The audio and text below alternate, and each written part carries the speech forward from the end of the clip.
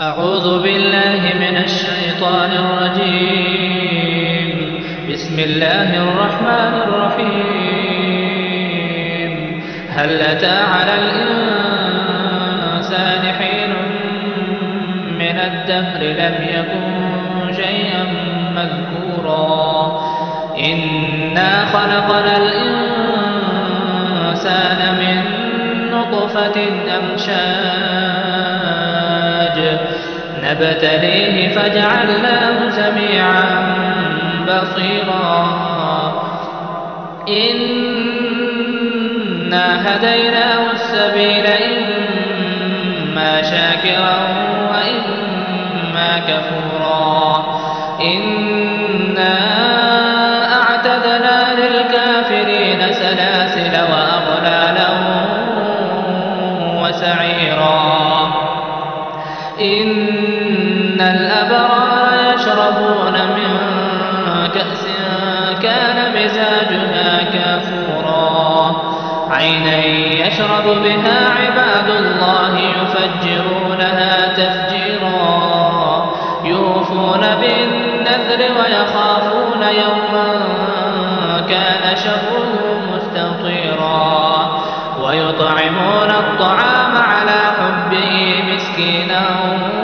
ويتيما وأسيرا إنما نطعمكم لوجه الله لا نريد منكم جزاء ولا شكورا إنا نخاف من ربنا يوما عبوسا قمطريرا فوقاهم الله شر ذلك اليوم ولقاهم نضرة وسرورا وجزاهم بما صبروا جنة وحريرا متكئين فيها على الأرائك لا يرون فيها شمسا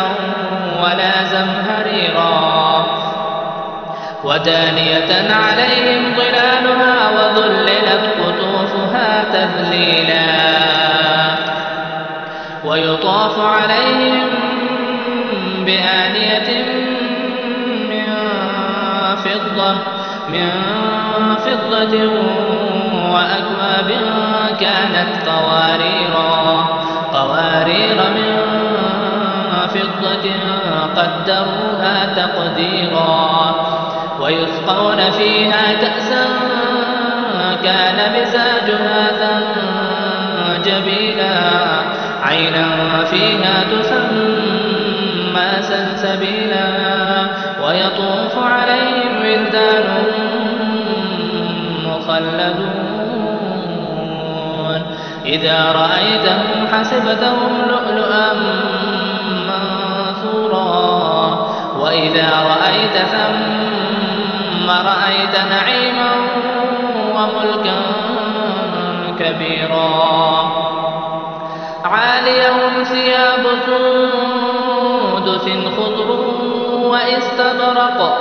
وحلوا أساور من فضة وسقاهم ربهم شرابا